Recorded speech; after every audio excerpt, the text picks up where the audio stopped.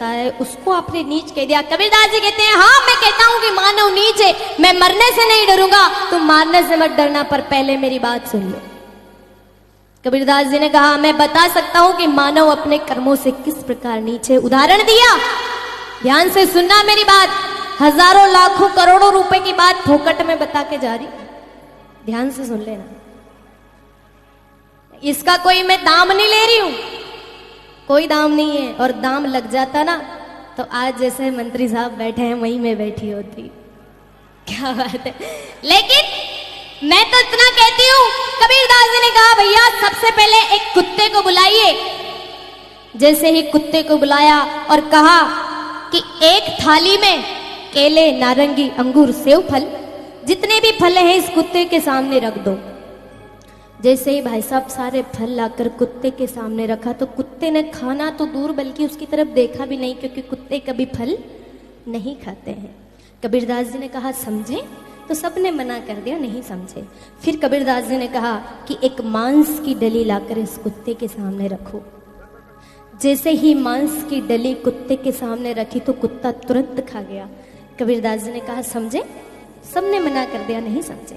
तो कबीरदास जी महाराज कहते हैं कि जाओ, जब गांव में मंदिरों में संध्या के समय आरती होती है, झालरें बजती है, तब ये कुत्ते जोर जोर से चीखते हैं, चिल्लाते हैं। ये कुत्ते जोर जोर से चीखते हैं, चिल्लाते हैं, भगवान से हाथ जोड़ करके प्रार्थना करते हैं कि हे भगवान इन मनुष्यों को तो कुत्ता बनाकर हम कुत्तों को मनुष्य बना दे, क्योंकि इन मनुष्यों का तो भोजन हमने शुरू नहीं करा पर मनुष्यों ने हमारा भोजन शुरू कर दिया।